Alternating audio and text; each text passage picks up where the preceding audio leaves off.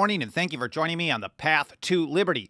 I'm Michael Bolden with the 10th Amendment Center, and this is the show for Wednesday, October 26th, 2022, and 'tis the season for another episode on the danger of factions. I've done a bunch of these over the last few years, but as long as people continue taking a faction-first approach on almost anything, and most people seem to do this, I know none of you guys would, but most people seem to do this. They choose what's right or wrong based on who is doing it or who is in power. And as long as that continues to happen, there's never enough episodes for me to do on this. So on this one, I've got a lot of insight from some founders and old revolutionaries on this, with a heavy emphasis on some messages that I haven't shared in the past. People like Noah Webster, a little more from Mercy Otis Warren, and then on top of it, someone who I have cited before and will continue to do so, someone who was widely read by the founding generation, Thomas Gordon. But first of all, before getting to that, a quick hello and a huge thank you. Thank you so much for being here, whether this is your first episode or you've been here for every single one since day one. I'm closing in on 4.5 years-ish. I don't know. I went to government school, so my math sucks. But while we're allowing people another moment or so to get notifications to join us on the mainstream platforms, I'm going to say hi to everyone out in the live chat. There's Cheriton Farmer. There is Haji in Michigan. Kirk Morrison, good to see you in South Carolina. Brian in Georgia. Dixie Strong, Bama. Tim Martin in Arizona. Been a while. Good to see you, Tim. Clay Kent, Melissa Harrell, Legal Lee's in the Twin Cities, Guneye in Missouri, Sharon Patriot, and everyone else. There's Ryan Corns. It's great to be back. Really glad to hear you. Ryan says he loves the show. I love having you guys here. I'm so grateful for the opportunity to basically share with you guys my learning experience as I go. I know in some situations I've got a lot of stuff that you've never heard, but I know sometimes I get feedback from you guys that give me ideas for new episodes. I'm like, oh no, I never thought of it this way. I have never researched that. I got to dig in on this particular issue. So thank you so much for being part of this community. Of course, if you want to follow along with the things that I'm mentioning in this episode, original source documents, the quotations I'm citing, papers, etc., you got to follow us at 10thamendmentcenter.com/Path to Liberty. It's all spelled out. There you will find all the archives of the show for however long we've been doing them. I got to start numbering these episodes one of these days. All the archives of the show, all the different platforms we're on, both video, audio-only podcast edition, and even our membership program where you can put your financial faith behind our work for as little as $2 a month. Again, 10thamendmentcenter.com/Path to Liberty. Let's start it out with a warning from John Adams back when he was still one of the good guys back in 1780. This is a letter to Jonathan Jackson. And he said, "There is nothing which I dread so much as a division of the Republic into two great parties." So nothing that the Atlas of Independence still at that point could dread more than dividing the Republic into Team A versus Team B. And he goes a little further in this letter to Jonathan Jackson. Two parties, each arranged under its leader and concerting measures in opposition to each other. In other words, the measures aren't in order to support the Constitution, to support liberty, to support anything. It's to oppose the other team. And how many times do we see that today? I don't know about you guys, but I'm on a ton of email lists from people campaigning for crap that I have no interest in, that I don't like, that I could never support. And almost every one of the messages that I see come in is about how we got to stop this team. And that's the messaging that is prevalent in almost everything today. Adams said, "This, in my humble apprehension, is to be dreaded as the greatest political evil under our Constitution." And even as Mercy Otis Warren years later, when Adams was president, she thought he had become more of a monarchist rather than an Atlas of Independence, an advocate for freedom. And even at that point, he was upsetting the Federalists and Alexander Hamilton, and that's part of why he lost the next round. But that's maybe another story that I can get to at another time. But why? What is the problem with faction? I think we all know this inherently. But there's a history of problems with this. And James Madison, like so many other founders, was a great student of history. And here's how he explained it in the Virginia Ratifying Convention. This is June 6, 1788. Madison said, "On a candid examination of history, we shall find that turbulence, violence, and abuse of power by the majority trampling on the rights of the minority have produced what? Factions and commotions, which in republics have more frequently than any other cause produced despotism. So at least at the time of ratification, the so-called father of the Constitution is telling us that the problems that led to despotism more than anything else in a republic came out of factions, or a faction-first approach.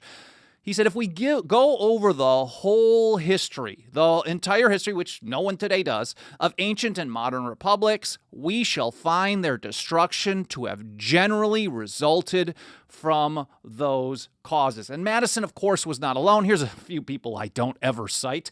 Abraham Williams, 1762, an election sermon in Boston. I like citing these because it shows how different things are from the pulpit today. Not that I'm really one that's following much, but I certainly understand how they're not as engaged talking about liberty and issues of the power of government. But this was an important thing at the time of the Revolution. And when I talk about the Revolution, I'm talking about the revolution in thought that was going on from 1761 through the time when the war commenced. So here's Abraham Williams in Boston.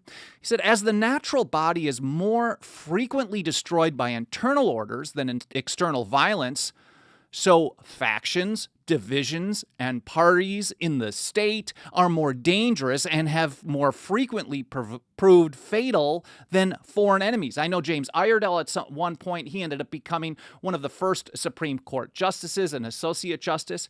He said, people more often than not will actually destroy their own liberty through dissensions among themselves, through this faction-first approach. Here's David Osgood, and if you think about the year 1794, what was going on over in Europe, this was a big deal, talking about faction, and I will get to Noah Webster's great paper on it in just a moment. But David Osgood, another sermon in Boston, 1794, he said, in every country the men of ambition, basically everyone in government, the men of ambition who covet the chief seats in government exert all their abilities to ingratiate themselves with the source of power. In a monarchy, the source of power is a little different than in a republic or a democratic republic or a federal system, whatever you want to call it.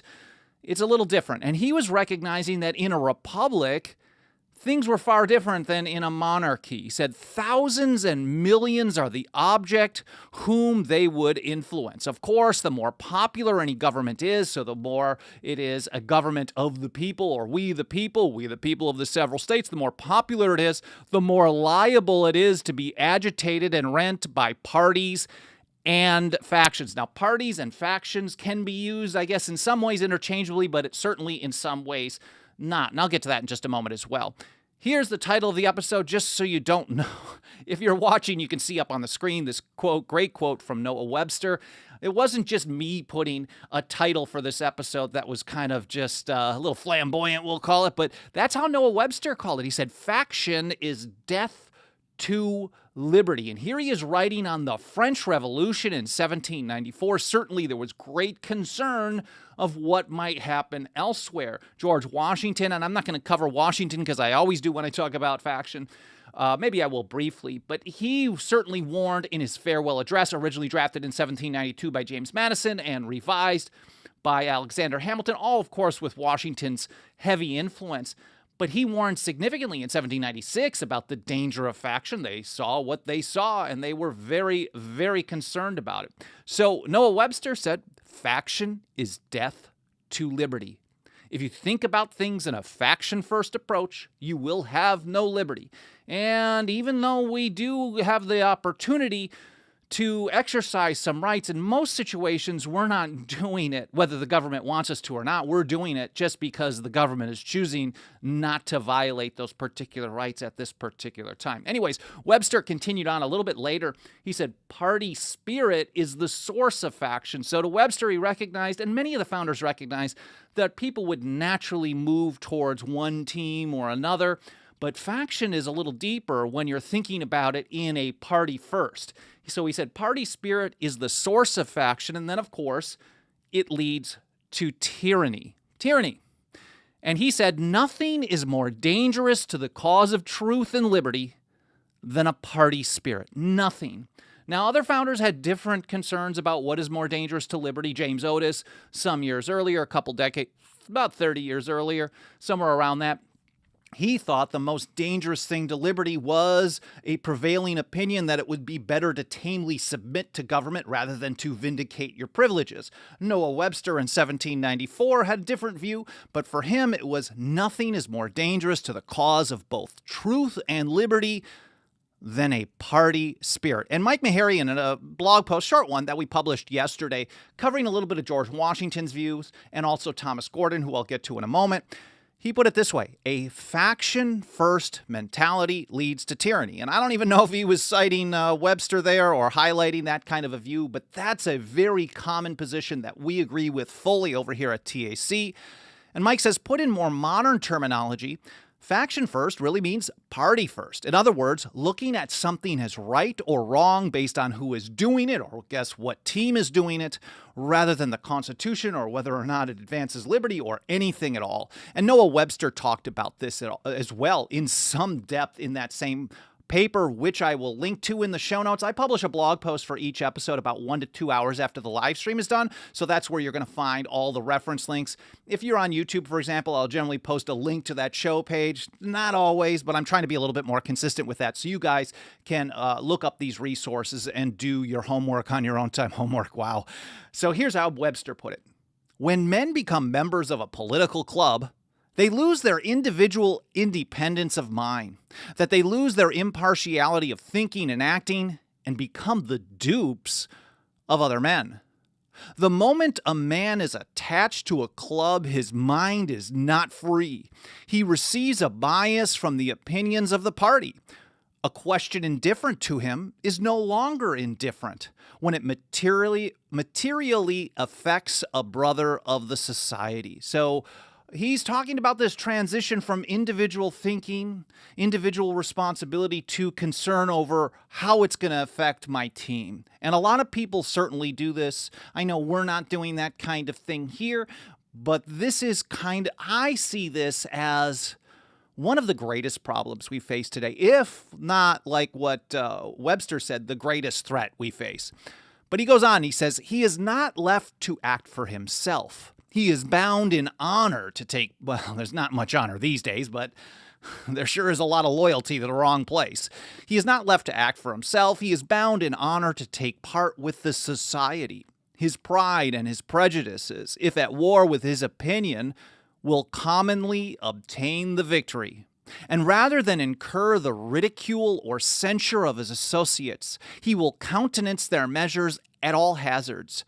And thus an independent freeman is converted into a mere walking machine, a convenient engine of party leaders.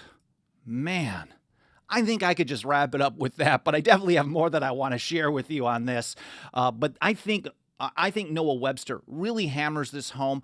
He, George Washington, Thomas Gordon, to me, are the most memorable on this, at least as of now. I'm sure I'm going to learn, and then when we do this in another couple of years and talk about another episode, I'll find other ones and say, oh, that stuff I learned before, well, that was just elementary. But I think this is really powerful stuff from Noah Webster, someone I'm just learning to cite and read more and more and more. So that's probably why if you're watching or listening to regularly, you're hearing me cite him more often than I used to.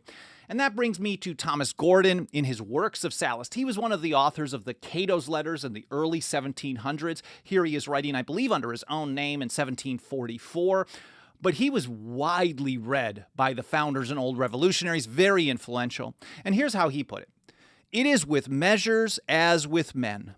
They are praised or condemned, not because they are right or wrong, beneficial or hurtful, but because they come from this party or the other. People so often today, they'll just, if one team does it, even if it's the right thing, they'll get hammered as being terrible. Not that either team does the right thing more than, a broken clock is way better than them.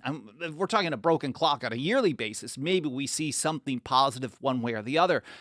But because of the faction-first mentality, people will never, almost never say, well, even, look at this. Opposing team politician, that person even did the right thing. That, you rarely hear something like that. And you also rarely hear, I'm not going to get into James Madison's veto on his last day in office. That's another episode. Here, Gordon continues, the best actions are decried as the worst if they arise from one quarter. The worst actions adored as the best if from the other. The resisting of lawless tyrants is at one time rebellion and damnation. To rebel against the most lawful authority is at another time duty and glory. So Gordon recognized in a study of history in 1744 already, so long ago, that this is how humanity kind of does stuff. And if we're not going to learn from our history, we certainly are doomed to repeat it, if not exactly, maybe much worse. And if we're talking about a new largest empire in the history of the world, largest government in history, and they're just getting started, and people aren't changing their approach, there isn't a lot of resistance to this kind of thing, we're really at the beginning of how bad things are going to get, in my mind. And that's how Gordon put it. He said, party principles are therefore substituted for moral principles. And this is the sure way to destroy the morality and to confound the characters of men and even those of good and evil. So you're just destroying you're not making just bad decisions on what to do, right or wrong. It also destroys morality, because if you don't have a line in the sand of what's good or bad, and you're really only associating that with who's doing it or what team is doing it, you've got a big problem. Mercy Otis Warren noted this as well. I believe this was I'm pretty sure this is from her great history on the American Revolution, but I don't have the link in front of me. I will look that up and put it in the show notes, hopefully, over at 10thamendmentcenter.com/path-to-liberty. But she put it this way: there is a propensity in mankind to enlist themselves under the authority of names and to adopt the opinions of men of celebrity more from the fashion of the times than from the convictions of reason. It's really a cult of personality that we live under today. And that's how Mike Meharry described it. He said, this is a cult of personality. And I will link to his blog post as well. But he said, that's pretty much where we are today. Most people take a team-first approach to almost every issue. Positions flip-flop based on who is in power. And as it continues over time, it keeps getting worse and worse and worse. And here I'll do a little George Washington, because this came out of his farewell address. It's such important stuff. And Mike is following up this passage of Washington, which you can read on your own time, that said, the alternate domination of one faction over another, sharpened by the spirit of revenge, natural to party dissensions, which in different ages and countries has perpetrated the most horrid enormities, is itself a frightful despotism. But as things progress over time, and people have been doing this for generations in this country, Washington warned, Mike writes, that this will eventually lead to a more formal and permanent despotism. And whether or not we're there today or not, it sure is very close. The disorders and miseries which result gradually, Washington wrote, incline the minds of men to seek security and repose in the absolute power of an individual. Don't get what you want, just get the absolute power of the executive branch, pen and paper just to write whatever law they want. They're judge, jury, executioner in so many situations. Washington said, and sooner or later, the chief of some prevailing faction, more able or more fortunate than his competitors, turns this disposition to the purposes of his own elevation on the ruins of public liberty. And he even said, we don't have to, overly concern ourselves today of this far-off possibility. Well, here it is a couple of centuries later, and we are in that far-off possibility. Now, we should note, and I think we're getting a little bit of this from Thomas Gordon already back in 1744, but it's not just in the government realm. This faction-first mentality leads to division and corruption in all parts of our lives, social ills. We see that all over the place today. Here's how Mercy Otis Warren put it, and she just puts it in a kind way. Both history and experience have proved that when party feuds have thus divided a nation, urbanity and benevolence are laid aside. So people are just cruel to each other. I know you've got anyone who spent any amount of time in any comment thread sharing any kind of view about anything, whether you're in a kind way or not, you're never treated kindly in return, or no one even respects anybody. They're just my way, my team. If you don't agree with me, you must support the other team. And here's how, this is Noah Webster again. A party spirit is hostile to all friendly intercourse. It's not just about government. It actually breaks down the entire society. He said it inflames the passions, it sours the mind, it destroys good neighborhood.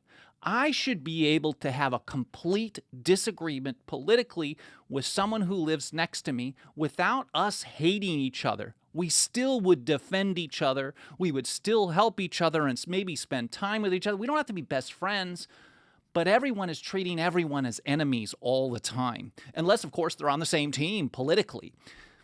Going further, here's how Webster put it. It warps the judgment in judicial determinations. It banishes candor and substitutes prejudice. It restrains the exercise of benevolent affections. Oh, I'm not helping them. They supported this person. And we're giving up part of our humanity, really. And in proportion as it chills the warm affections of the soul, it undermines the whole system of moral virtue. How many times have we heard people, at least in comments, tell us, the Constitution, liberty, that's only for a good moral people. The founders told us that. Well, at the same time, if you're going to say that, make sure you're living a good moral life. Benevolent affections to all people. It doesn't matter who they are or who they support.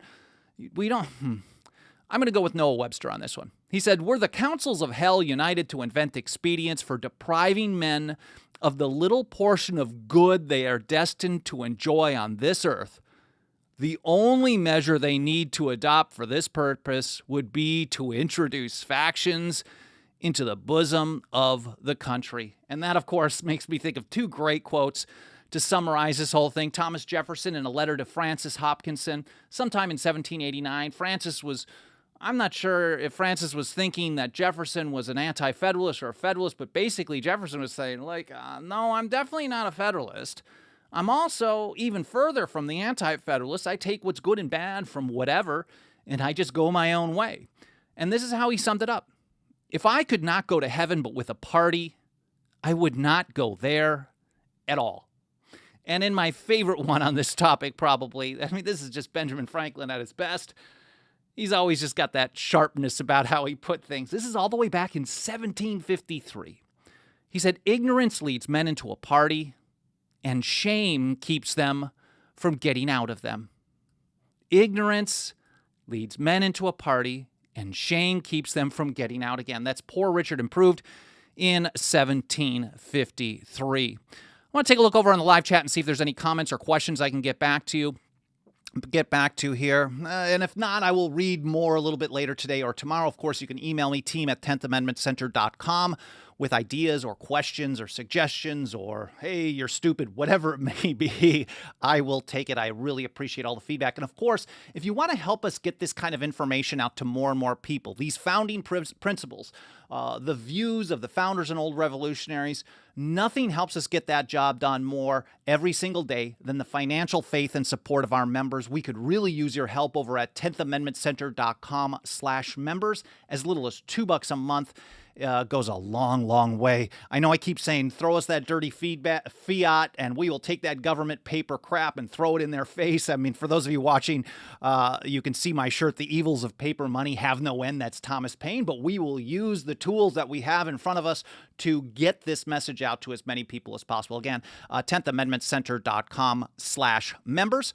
Let's take a look and see if I've got any questions or comments. Clay Kent, "Honesty and integrity are the best policies." Very, very few people have those two important qualities, but that's what we have to really hold people to. I actually have more respect for people with, this is a tough one. I don't have respect for people in power, but I can have some kind of direction of respect, moving in that way, for someone who I disagree with, who is honest and honorable and can actually listen to opposition and talk with them rather than just name call them, say how stupid they are. And a lot of people, well, see, I'm going to do it myself. Anyways, I got to hold myself to the same standard. Tim Martin says, "This year's clown show in Arizona has each faction calling the other extremist." Of course, that's what it is. It's about our team versus your team, and they probably all are actually, I would say, they're all pretty much extremists. Let's see a little further here. John Adams' concern about a two-party system have proven to be even more true than he foresaw. Obviously, that's Haji 1954, and Noah Webster as well thought this was such a great evil for us to face. I want to say hi to Senator DT. Good to see you. White Bearded Gnu says, go get him, doing my best. Kirk Morrison loves the shirt as well. I'm going to read through more of these comments a little bit later. Please continue to leave them, whether live or in the archive. You can leave a review on Apple Podcasts, smash the like button on Facebook, YouTube, and elsewhere. All that stuff will trigger the algorithms of these mainstream platforms and tell them to show this program to more people, and it really, really does help make a difference, so I appreciate your help in spreading the word. Again, 10thamendmentcenter.com/members to support us, 10thamendmentcenter.com/path-to-liberty for all the archives of the show. Thank you so much for being here. I hope you enjoyed the episode. I hope it made you think. I hope you learned something, and I hope I'll see you here again on Friday on the Path to Liberty.